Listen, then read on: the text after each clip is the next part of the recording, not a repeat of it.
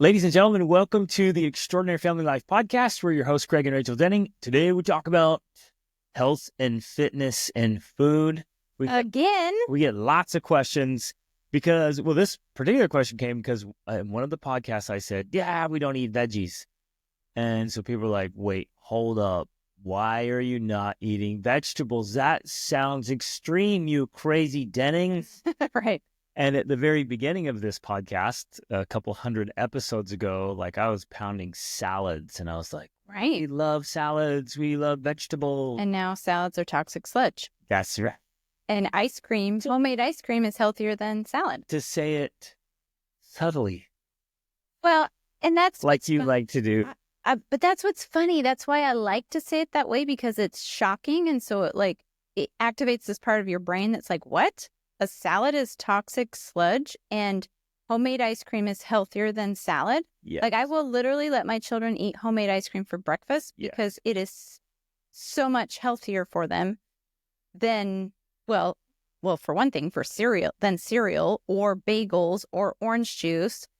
And it's definitely healthier than salad. Yep. So, but this is funny, and I love that you brought this up because you're right. When you started this podcast, which you started without me because I was not ready to do a podcast, and it's probably been how many years? 5 years, maybe? Ish.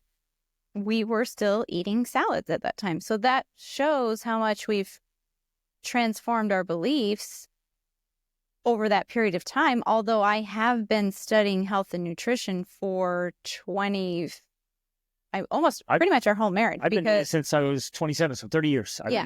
I became a personal trainer at 17. Yeah. And so I got into muscle building and health and fitness, and I bought into this whole bogus agenda. Eat vegetables, eat salad. Yeah, vegetables. In fact, our first date was at an all-you-can-eat salad buffet. We bought into this whole thing and then realized, we've since realized that it's no-go. Well, and the funny thing is, too, because I've been studying it since my father was diagnosed with colon cancer, which was the same week you and I met, our first date. And then when we got engaged, I remember very vividly that we went to Target and we were doing our wedding registry and we were registering for all the things we needed. And I wanted to register for an ice cream scoop. And you were like, no, we're not getting an ice cream scoop. And I was like, we have to, because I can't use a spoon to scoop out the ice cream because, and the spoon is too hard. You're going through this whole scenario. And you just looked at me and you said, no, we do not need an ice cream scoop. And I knew when I looked at you, what you meant was we won't be eating ice cream. That's where we started our journey. And now here we are saying, and we still don't eat store-bought ice cream. Eat store-bought ice cream. But we now, I know that ice cream is healthy for you and good for you, homemade ice cream. And so we've come full circle, really, in a lot of different ways. And so I guess we want to expound more on that today because we have received more questions recently. I just want to say that we have done episodes about this already. So in the show notes here, I'm going to link to all the episodes we've done about health and nutrition so that you kind of have the full picture of where we're coming from here. And just to clarify, so in the 30 years, I think the only thing that has changed a little bit, at least for me, is the vegetable piece. I bought into the vegetable thing and then studied my way out of it. Though all right, let's disagree, woman. Well, because I don't think that is the only thing that changed. Because when we started out, for one thing, we didn't eat a lot of meat. Because I did. I was eating it. I was pounding shrimp. Well, that's what I'm saying. Okay. For me, I was pounding shrimp. I was poor as a teen, and then we were we weren't rich. We early eat a lot of meat. Got married, but I was still hitting because shrimp was an amazing source of protein. I knew that beef has creatine in it, and I was building muscle. So even from 16, 17, I knew those things. I'd studied them, and I would eat meat as much as we could afford. Okay, and maybe this was where our mindset was different. In my mind, it wasn't just because we couldn't afford it, which was part of what we believed, but also I thought we need to eat meat sparingly because you and I, we grew up in a religion where that taught that, believed that. And so that was a part of my mentality about it. I viewed us as almost vegetarian. We would eat meat, chicken occasionally because it was, I don't know, we wanted to. We felt like we needed it sometimes, which now I know, now I understand why. But at least in my mindset, part of the reason we didn't do that wasn't just because we were poor, but also because I was trying to live healthy by eating meat sparingly. All this time, I thought no something else. I'm like, what is going on? Yeah, but then another thing too that I think has changed drastically for us is that I also went through a phase of, and you believe this too, because I remember you telling us our kids when they were young, like if you eat butter, you're gonna have clogged arteries, you're gonna die from heart attack. I met some heart surgeons, some cardiovascular specialists as we traveled around the world, and they were just totally bought into the clogged artery things, and from eating butter and fat. It's bad for you. Yeah. All the while, what it really was, it's the seed oils. It was the seed oils that was doing that, but there was this misrepresentation that dairy was bad. And we lived on an organic, like all you can eat, meaning all you can eat is like everything that grew was edible on these organic farms around the world and in Central America specifically. And so we really leaned into. Well, you were eating kale every single day. I would walk out around the property and I would just get a whole belly full of greens as I was out there grazing. And I could never get into that. And now I understand why. I know why that is, because I felt like the only way I could eat salad or I could eat anything like that is if I covered it with fats. Like that was or meats. Like then I could eat a salad because it was covered with dressing and it had protein in it, right?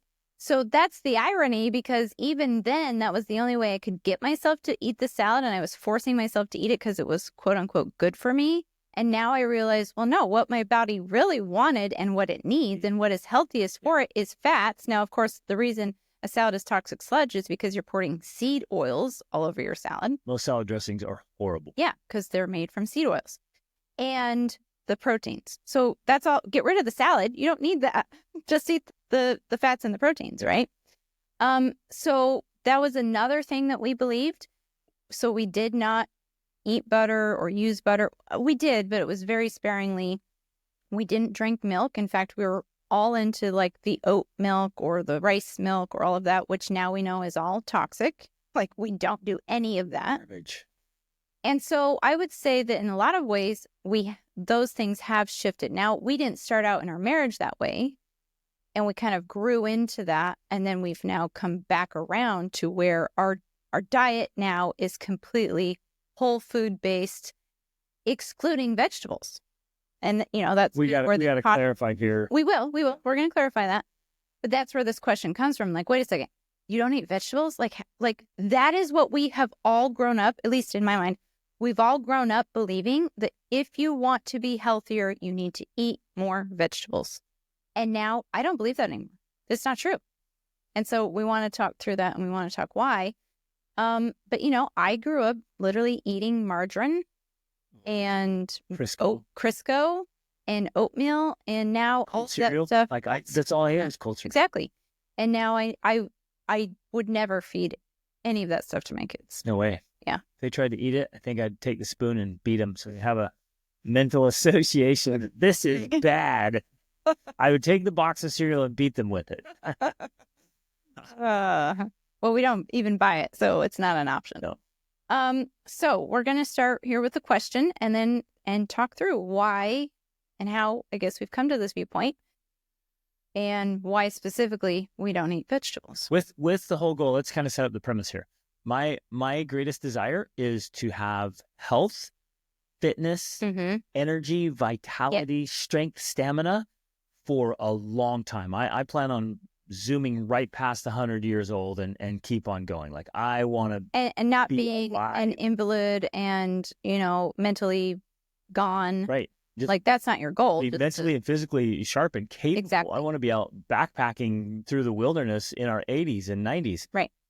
And for me, that motivation came from my father getting cancer and then dying. He died at 47. I'm 47. Yeah, he died at your age. Yeah. And then since then, my mom got remarried, and then my stepdad has also died of cancer.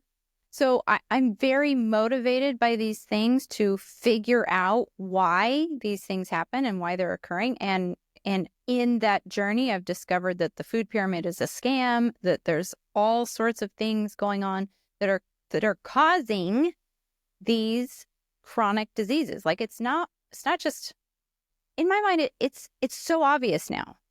It is so obvious. I know that in my journey, it felt confusing or unclear or like, oh, maybe it's genetics or maybe it's this or maybe it's just bad luck or whatever. Now I'm like, no, it is absolutely crystal clear to me.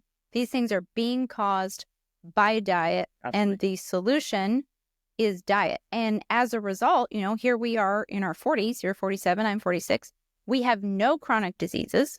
We have no illnesses, no ailments, we don't take medication. We don't take no supplements or vitamins. Yeah, we take, exactly, no supplements, no vitamins, no medication. Like, I would say we're the picture of health, really.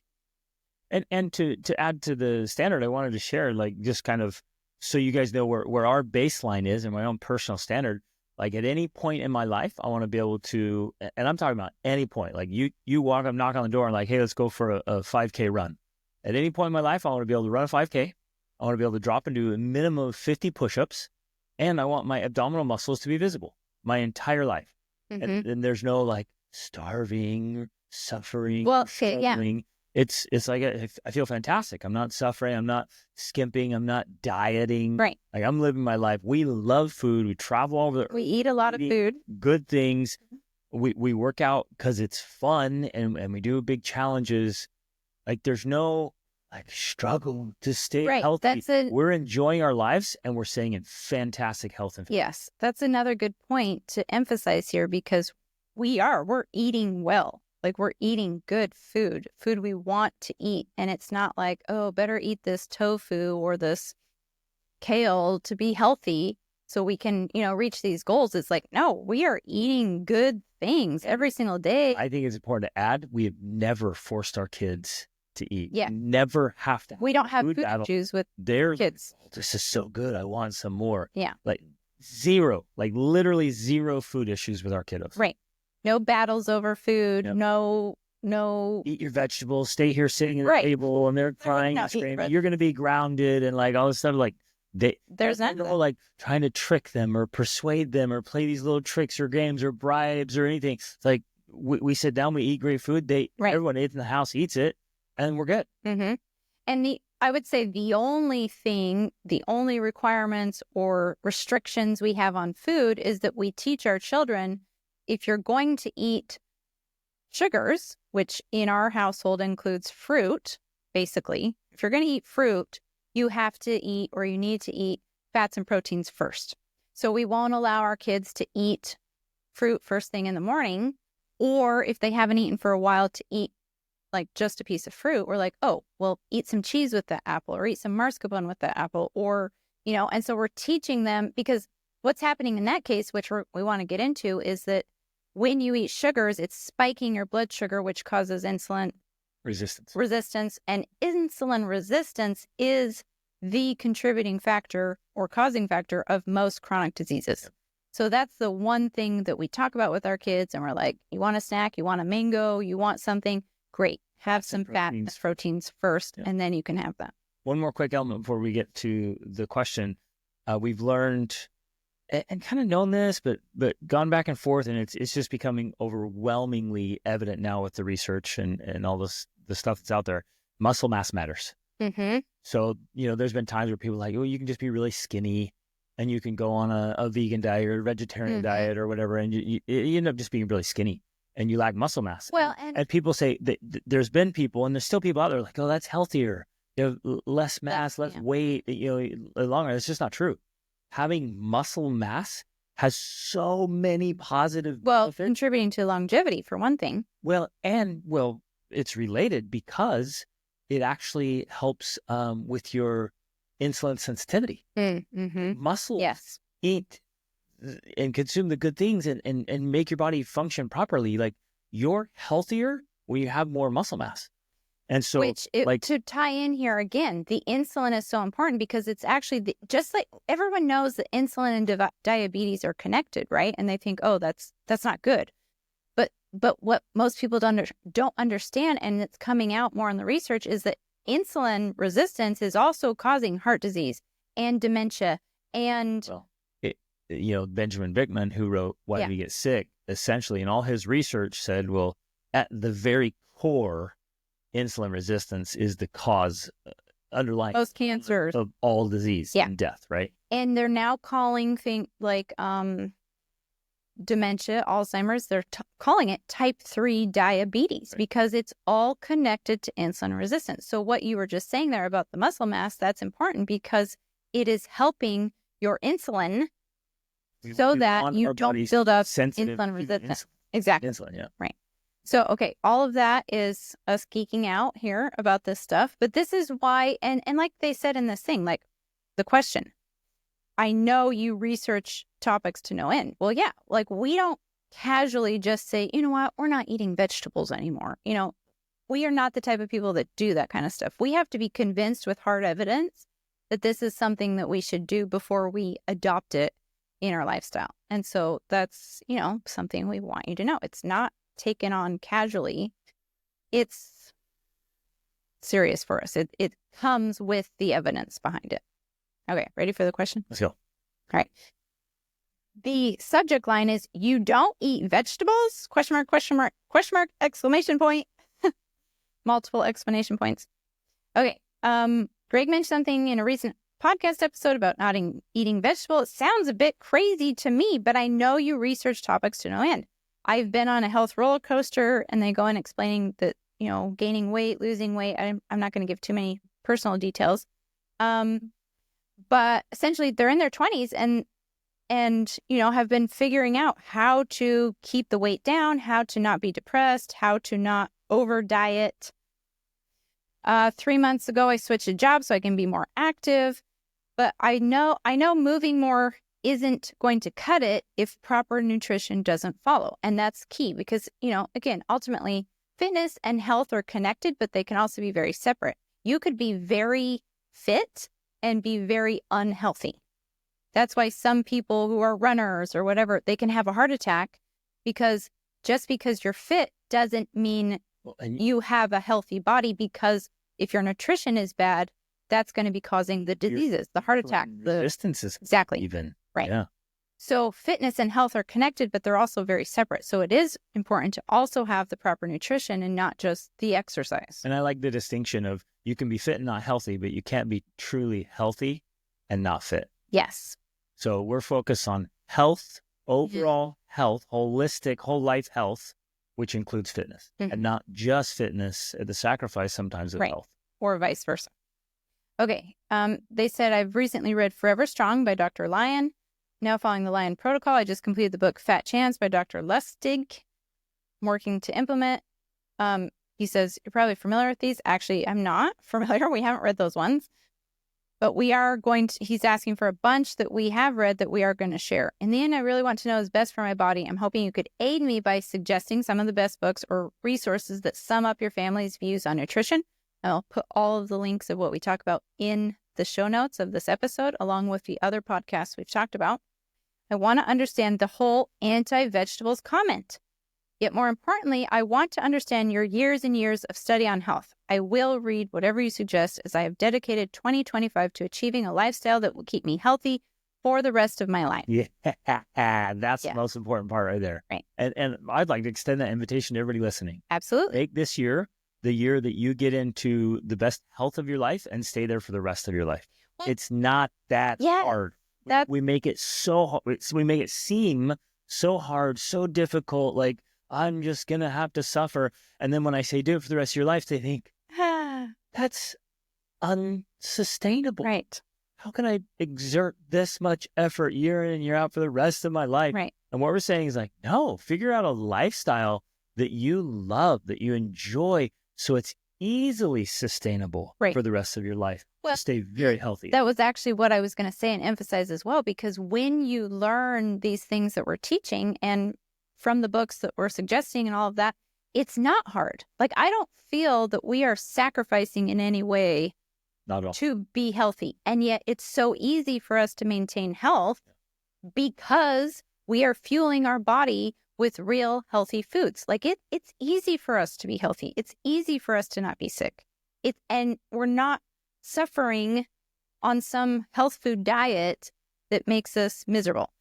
As an example, today we are going to have homemade chocolate ice cream covered with homemade caramel sauce that our son, who is 19, is making for us. That's one of the things we're eating. The caramel sauce because it's disgusting. I know. You just don't like it. But kids make homemade marshmallows too. Like, bleh, bleh. We have homemade chocolate-covered marshmallows. We have homemade caramels that sometimes we put chocolate on.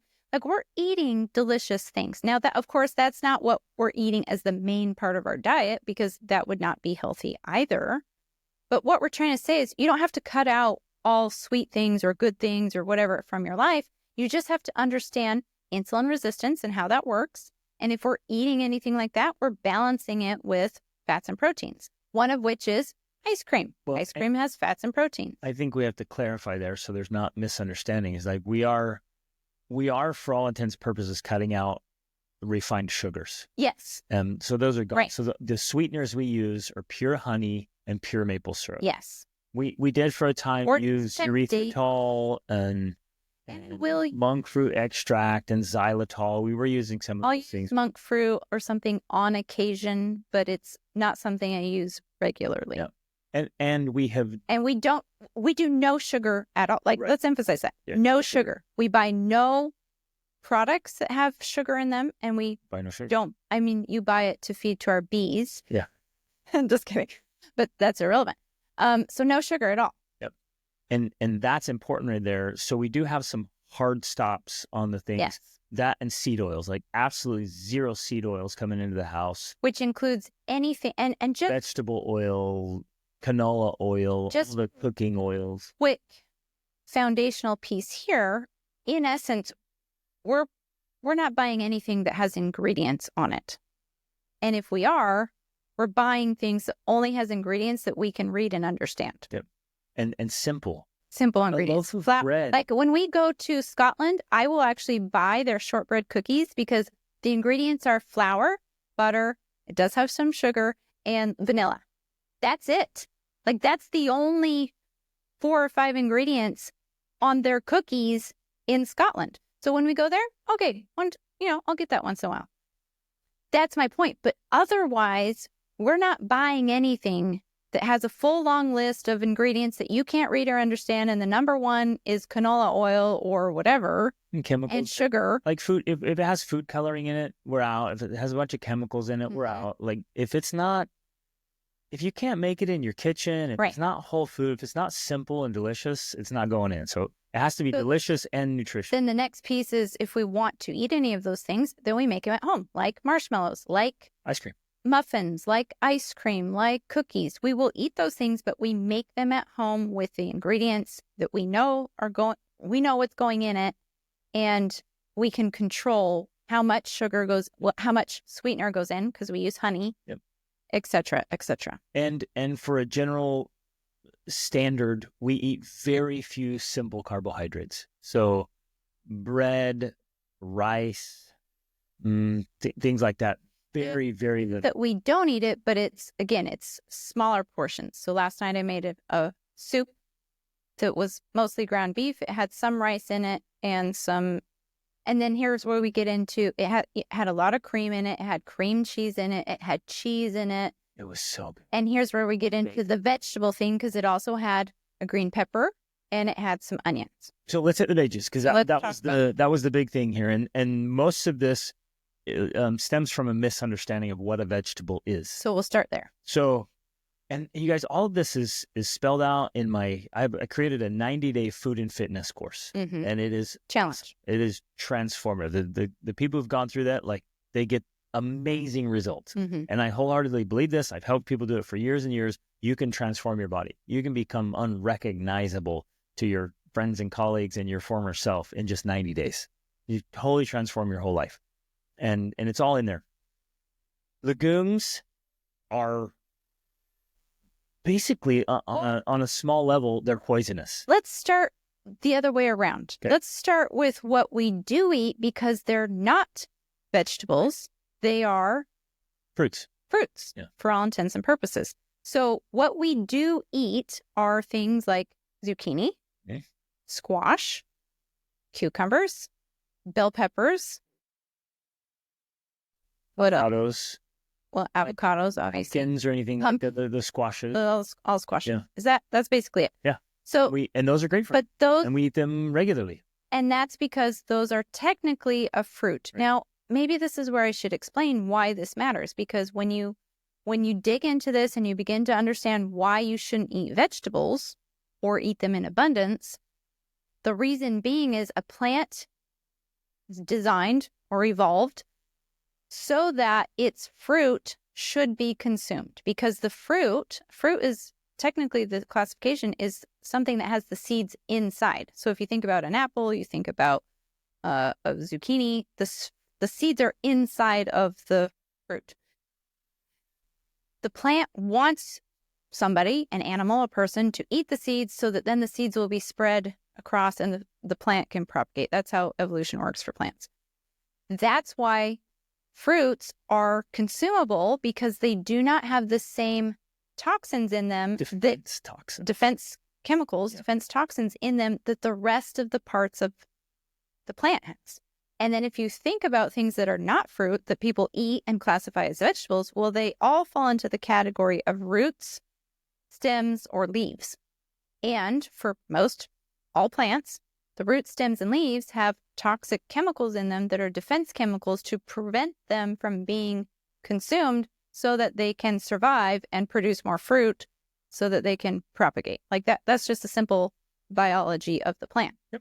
And it's out there kind of all over. I even, as I was researching this, you find it even on the websites that I don't necessarily agree with or would follow. They're on there saying, oh yeah, plants have defense chemicals. Yeah. And you're like, oh, okay, that's across the board. And that's why we end up getting gas or kidney stone, or stomach, and all these little issues that we've come to say, that's just part of life. Part of life. And I'm like, no, our family has never experienced any of those things. Right. It just doesn't happen. And when we don't eat those things, when we don't eat vegetables, when we don't eat too many carbs, we also don't have gas. Like, let's get very real here. We don't have gas as long as we're eating the things we're supposed to be eating. When we're eating the diet that we're laying out here, our family does not experience bloating or gas. That's for real. Or any health problems. And we have boosted immune systems. We rarely get ill and get the sicknesses that spread around, because the body in its healthy state has an awesome immune system, and you just feel fantastic. Right. And that's where we ought to be operating most of the time. The standard American diet, the food pyramid, everything that's been pushed and marketed for the last 30 years. And which is a scam. Food pyramid, scam. In a very real way, it's a crime against humanity. Mm-hmm. It's caused so much sickness and illness and death. Like, so much preventable death. And this may seem extreme to people, but after having studied it for so long, 24 years, I feel that my father and many other people I know are victims of this scam. They are, because they were taught things that are not true, and it has led to disease and death. That's how I feel at this point about this. Yeah. That's how strongly I have come to this conviction. And if you've listened to our other episode about how can you be so certain, isn't that wrong to be so certain about things? You'll understand we do not come to these conclusions lightly. We come to them after years and years of study, after looking at the topic from every angle possible. That's the only way I come to these conclusions. So it's been a long time coming, but now that is how I feel. I feel that we've all been scammed. So it is important also, even in what we're saying and the things we do eat, that we consider the source. Some fruits are showing up having not been ripened, having been colored, having been sprayed with all kinds of chemicals. And so not all fruits and location or production is of equal value. Right. There's a lot of toxic garbage being put into or onto the fruit or the meat or the dairy. Not all meat is of equal value. Not all dairy is of equal value. If you think a gallon of raw milk and a gallon of your ultra pasteurized skim milk is the same thing, like milk is milk, no way. Well, and in that case, we always drink whole milk because it's meant to be drink whole. It's a whole food in that case. So, and I would say though, like if you have to choose between processed food and lesser quality fruits or meats or whatever, like I would still choose that. Same. But at some point, like there's levels here, and you got to start at whatever level you can start at. But the goal is to move up the levels so that at some point you're eating grass-fed beef and grass-fed butter and grass-fed milk and whatever, fill in the blank, raw milk. That's the goal. But the point is to start where you can so that you are making gradual improvements in your health. Yeah. And I would say one of the things that's been the greatest benefit for us is we had some hard stops and some hard no's, like fast food, junk food, highly processed foods, sodas, energy drinks. It's just a hard no. Yeah. In many hard ways, stop. That's a great place and an easy place to start by just cutting out what for sure is bad. Yeah. And then it does because of how our bodies work and we crave those things, we want them. That has always been a motivation for us to be like, okay, well, what's in a replacement here? How can we make something that's slightly better? For us, one replacement is kombucha. Like we will either buy kombucha or we've attempted making kombucha, not always successfully. But that's, if we want something like that, instead of a soda, we get a kombucha. Not that we drink soda, but I know, and you don't like it. Been able to do anything fizzy. I'm burping and I'm out on this. Right. But, some of my kids and I enjoy a kombucha, every once in a while. One thing that I wanted to mention, because I think it's significant, we eat very, very little pasta. So well, not never. Falls into the category of processed food. And basically. Simple carbohydrates, right? So very little. I think that's an important one to just bring up because people will be asking or they'll come hang out with us and they're like, yeah, we eat super healthy. And I'm like, you eat pasta 3 meals a day. And no wonder you're struggling. So should we go back to the vegetable thing? Sorry. Sure. Okay. What else?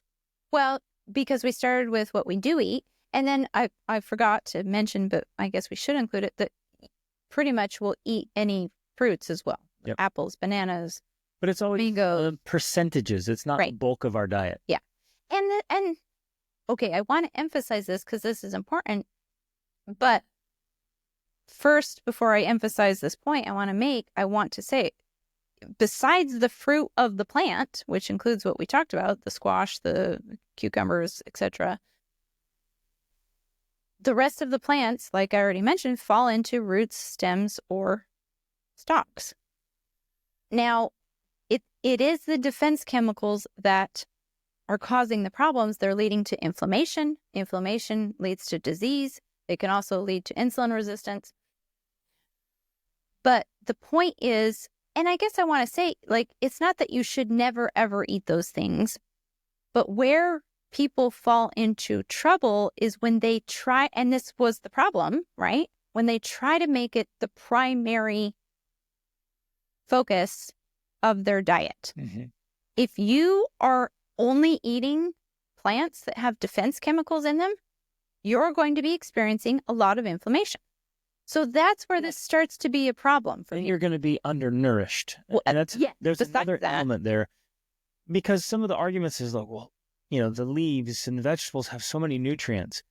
And while that's true, there is a difference of the nutrients being there and the nutrients being able to be consumed by the human body. So it has to be bioavailable. Mm-hmm. Like your body actually has to be able to get the nutrient out of that thing and into your body and your bloodstream for it to be helpful. Just because it's contained in the thing doesn't mean it naturally goes from that thing into your body. Yeah. It'll often just get peed out or pooped out, and they're like, well, there it went.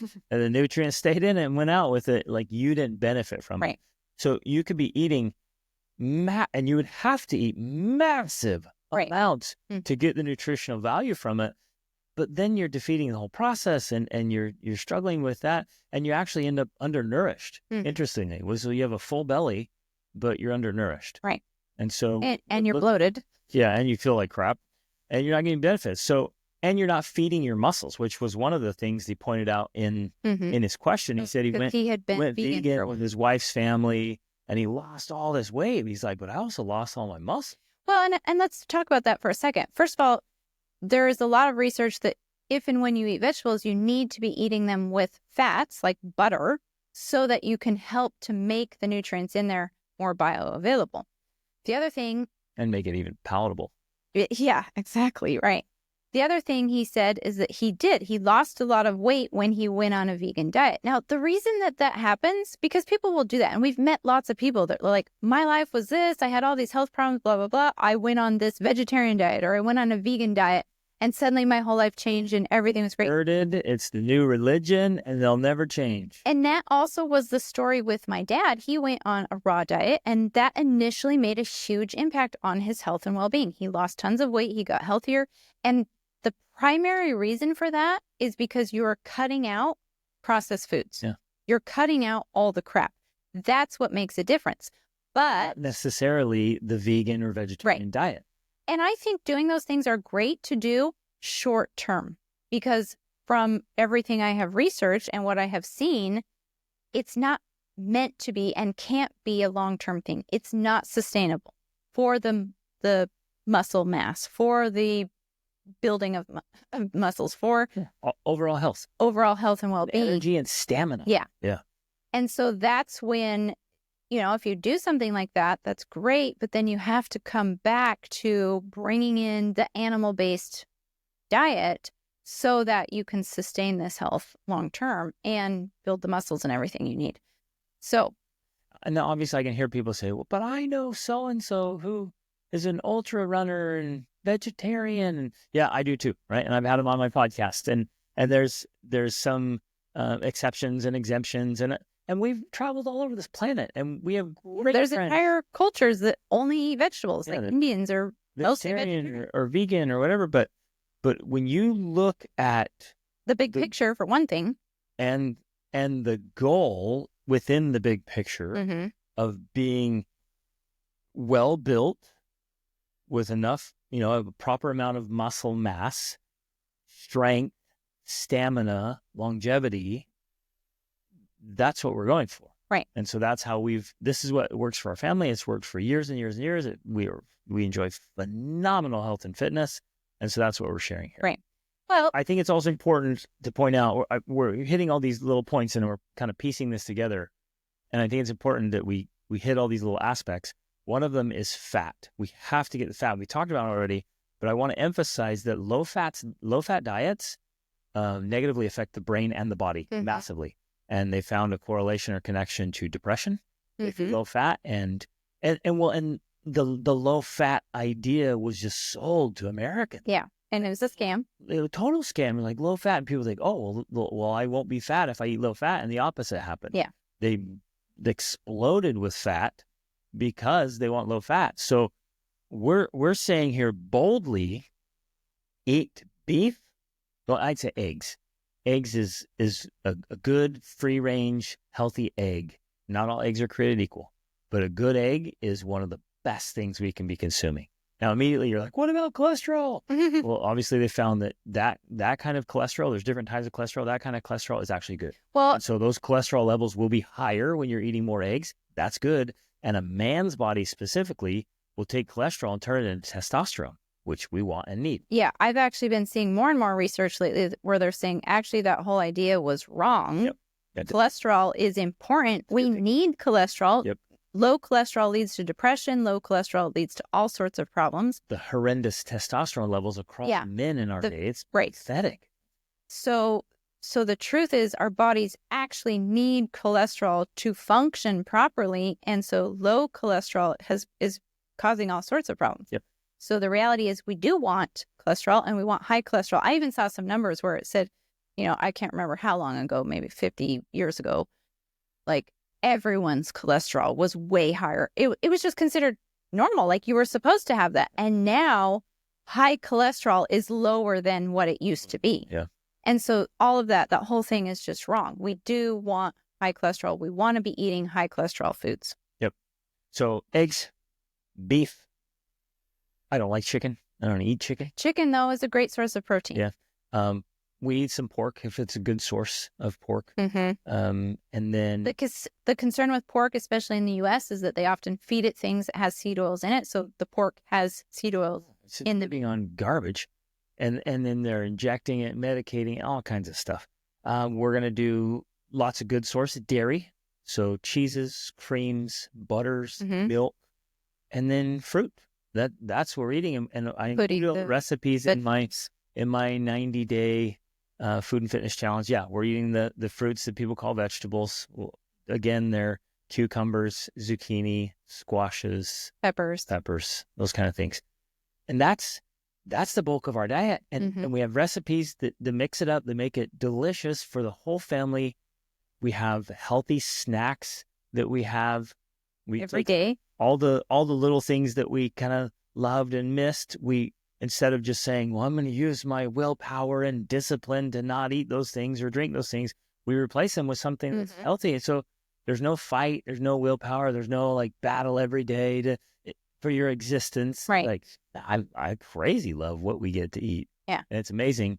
Now, for me, I love to operate less than 2,000 calories a day on average. And I'm not tracking every day because I don't think that's sustainable. Yeah, we don't track calories. I know just about how much 2,000 is, and that's where I eat. I personally like to operate a little hungry. This whole idea of you should be full and eat till you're full, and then when you get hungry, eat again until you're full and just kind of stay full. That's unhealthy. We should, at least for me and for the men I coach, it's like we operate a little bit hungry to keep that little edge, and that's the right place to be overall, and just kind of a full hunger philosophy. Well, and I think it's important to mention here, we won't go into it in a lot of detail, the importance of intermittent fasting, because throughout human history, humans have fasted intermittently. Like whether you worked on a farm or you were a hunter-gatherer, there were just times when you just did not have food available. And so that's normal. I mean, part of our daily routine is we get up in the morning, we work on our stuff, we go work out, we work on projects, and we generally have breakfast as a family around 10 or 11 a.m. Like that's just normal. And then we generally have dinner probably like 6 or 7. Yep. And then, that's basically it. We will have some snacks in the evening if we're doing something, but, otherwise we are fasting. We're not trying to stuff ourselves all day long. Yep. And, you might be thinking, wait, you guys said that this was going to be easy and it was going to be enjoyable. Trust me, I promise that once your body adjusts to that, which takes 2 to 3 days, it's not a struggle. Yep. I don't feel like, oh my gosh, I just got to make it one more hour. I never feel like that. Right. We eat when we have an earned hunger. Yep. That was another book that we read long ago. It's called The Science of Being Well by Wallace Wattles. And he talks about that. He's like, don't eat. This is another philosophy we've lived by because of this book. Don't eat unless you're hungry and stop when you're full. Like it's that simple. We live by that. We've trained ourselves to do that. It's not hard to do once you've adjusted. Yep. We eat when we're hungry, which means legitimately hungry. And some people have forgotten what that feels like. I'm actually hungry right now because I had a tea. We're so used to overeating. Morning. Our portion sizes are huge, right? And we got to cut those way back. And again, that's only for you'll feel hungry for the first couple of days, right? And then after that, you feel great. It's not hard because now that I've adjusted, I am full when I eat, and then I don't want to eat anymore. My body has gotten to the point where it's not enjoyable for me to keep eating when I'm full. I feel heartburn. I feel blah. Like I don't want to do that. I love feeling the way I feel most of the time. And so I don't overeat because it's not pleasurable. And once you get used to that, then it's just easy. It's easy to not eat until you're hungry. And then it's easy to stop when you're full. And then it's easy to eat again when you're hungry. And it's not like suffering and pain and privation. Yep. And we don't do any like big meals, like where we sit down and have this huge production or a massive quantity of with food. courses and courses. Yeah. Well, when we do that tons Thanksgiving, of food, right? Something Christmas, you know. But on a daily basis, we're preparing enough food that just you eat it and then it's it gone. satisfies each of us, and that's it. Like we're not doing big portions or even lots of combinations. Right. We have 5 or 6 different things with a meal. We don't do that. It's usually it's often very simple. one thing, maybe 2 things. We have a steak and maybe we have some eggs with it, or we have some yogurt is actually good with steak.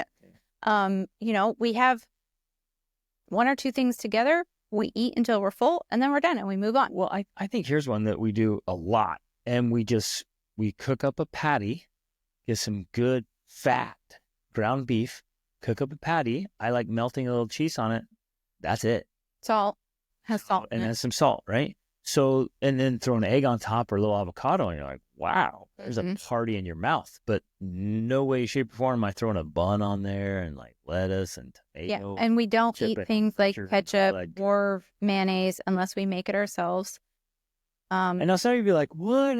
That sounds disgusting. No, like when you get your body like in a good, healthy state, a nice beef patty with cheese on it is amazing. That is, and you feel so satisfied. That is something I think that most people don't realize because they don't experience it enough. But when you've like cleansed your body, you've gotten rid of all these cravings that you have for things, because that's another thing. Like part of the whole food scam is that there's all sorts of chemicals in the foods, Doritos and Cheetos and Oreos and all of that are literally addictive. So they block the part of your brain that makes you feel satiated, like that you're actually full. So you keep eating. And so you literally will keep eating past the point of satiation because there's no signal being sent to your brain. But when you get rid of all of that, it's amazing how satiating and like satisfying something so simple is. That you, from an outside perspective, you think, oh, that's so boring. Whoa, how could you just eat that? What else are you going to have? But it's so amazing to me how it is just fulfilling in so many ways. And even, it's still fascinating to me because sometimes I'll still be like, we go upstairs. What are we going to eat? Well, the answer is some sort of meat. Like, which meat are we eating? Ground beef, a beef patty, a steak, some brats. Like, which meat are we eating? And I'll have on occasion where I'm like, I don't want to eat any of those things. Like, I don't want any of that. And still, without fail, you'll cook it up and I'll take a bite and I'll be like, oh my gosh, this is so good. And it's so funny to me that will happen where I don't know what part of my brain is where I'm like, oh, I don't want to eat that. But then when I actually eat it, I'm just like in love with it. I'm like, this is so good.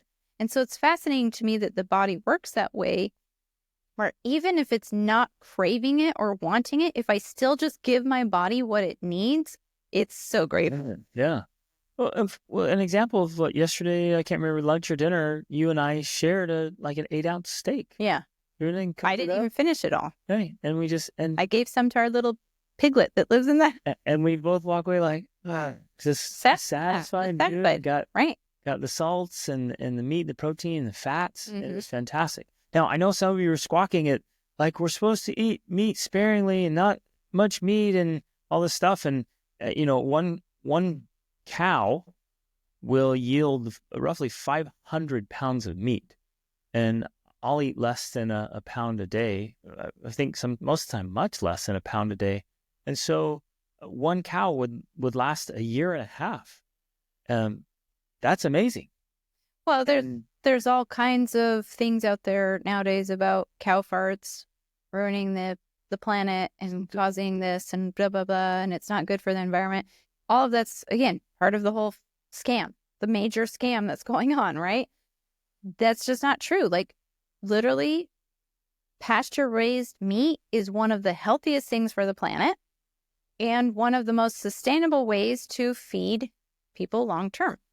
Like, it really is just better. And there's these ideas, because we grew up in a religion that, again, taught about eating meat sparingly, all of this. And there's this idea that that's the higher way of living, or that's the better way. And people have asked us, like, how do we reconcile that? How do we, bring that into alignment so that we can live our religious beliefs? And we also know many people as well who, because of their religion, we have a friend who's Sikh and he's vegetarian. Mm-hmm. And he's also very ripped. Like, he's very muscular. Very muscular. And so, okay, I get it in that case. In his case, he does not eat meat because of his religion. He has to work extra hard to get enough protein to maintain his muscle mass. Like, I have seen him. He's carrying stuff around all the time. He's like, I got to eat. It's time to eat. He's like, consuming he's constantly eating. insane amounts of skyr and it's like a yogurt, right? Where it's just high protein. Because like all the time, he has to eat all the time in order to live his religious beliefs and get enough protein so he's not just, skin and bones. So he recognizes that that's a part of what he has to do. And that's great. Like, if that's your thing, great.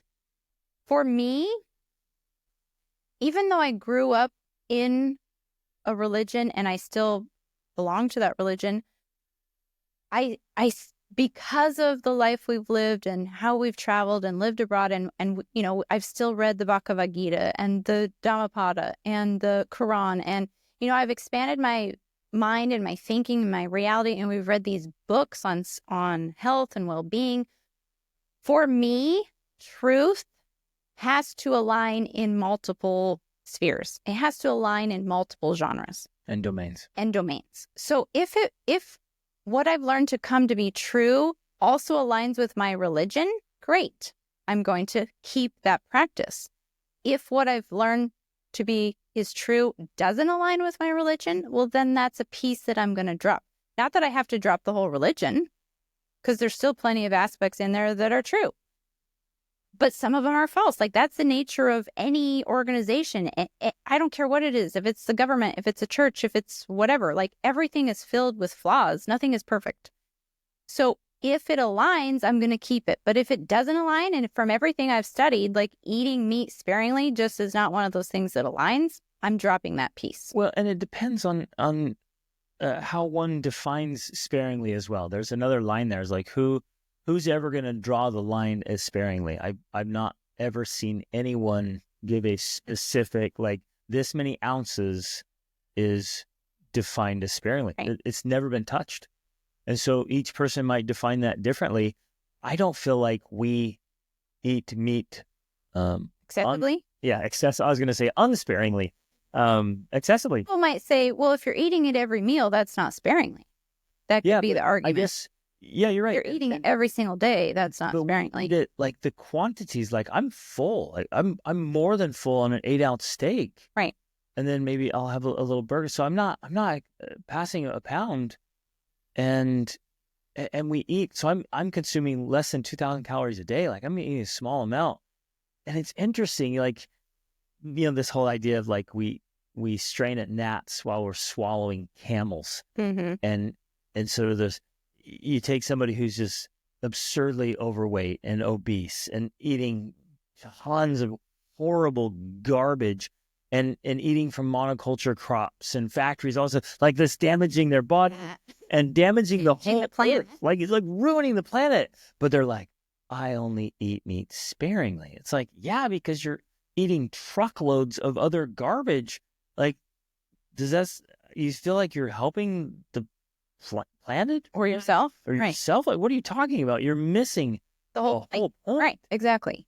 And so we're going off holistic, whole health, and I feel cross domains, meaning, and when we say that, what we mean is, okay, this is true in science, and it's true in biology, and it's true in religion, and it's true physiologically. Like, that's what we talk about. That's what we mean when we're talking about different domains. Like, truth is truth across domains. Right. If there's something that's true just in one place, then it's not really true. You need to question that. And so we take that same approach to our religion and our beliefs.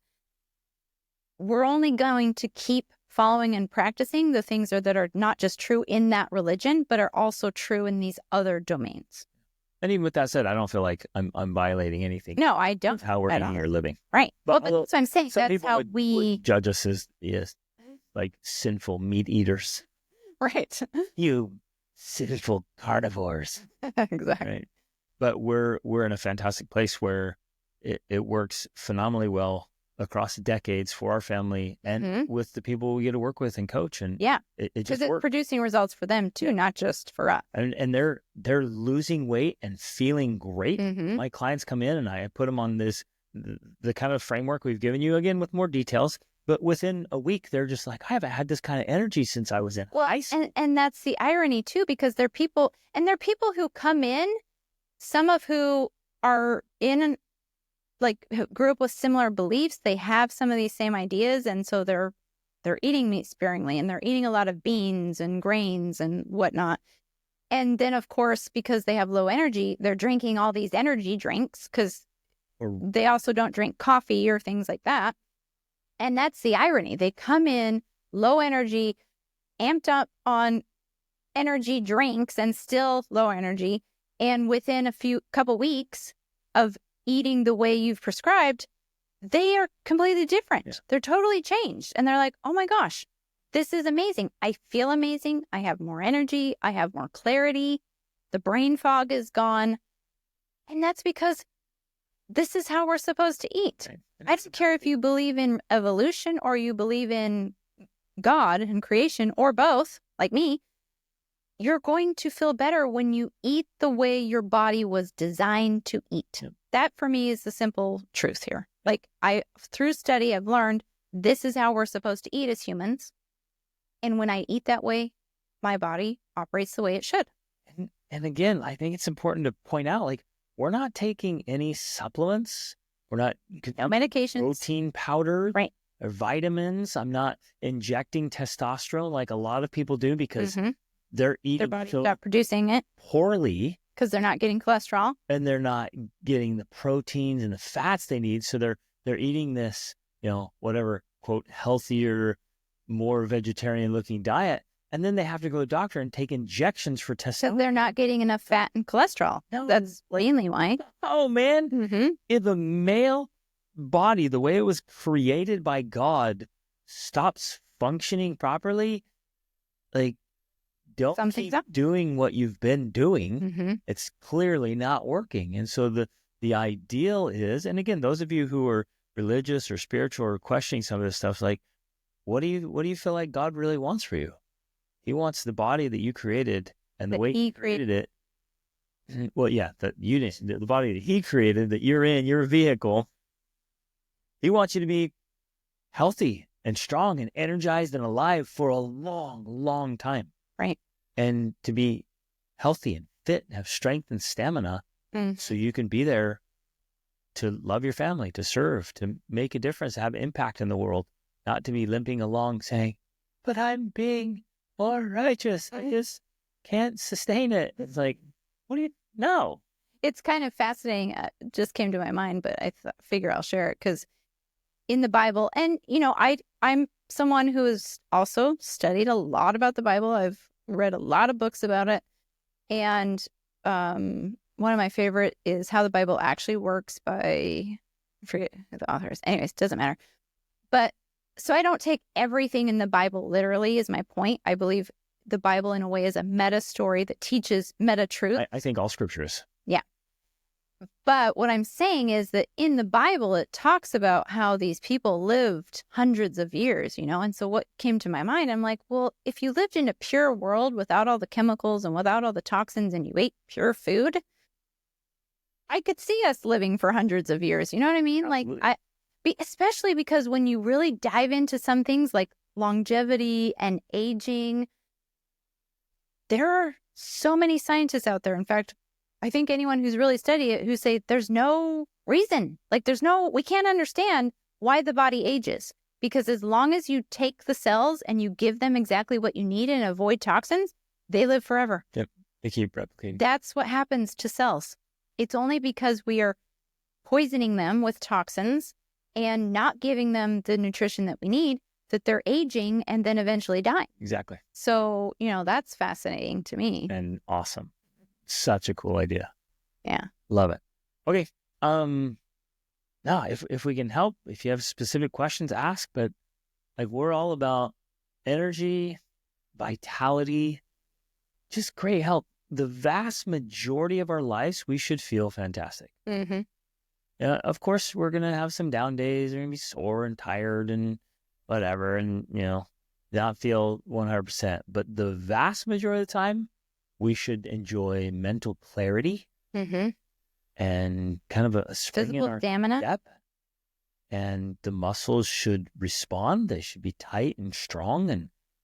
And we love the whole idea of functional fitness, that our bodies are capable and able of doing the things that we need them to do. That's where we want to be. Like I'm ready and able to be an asset to myself, to my family, to humanity. Well, and not just functional fitness, but also functional medicine, because essentially the entire approach of functional medicine is preventative medicine. I mean, that's the approach we live by, which is one of the things that has allowed us to avoid hospital, doctor, illness.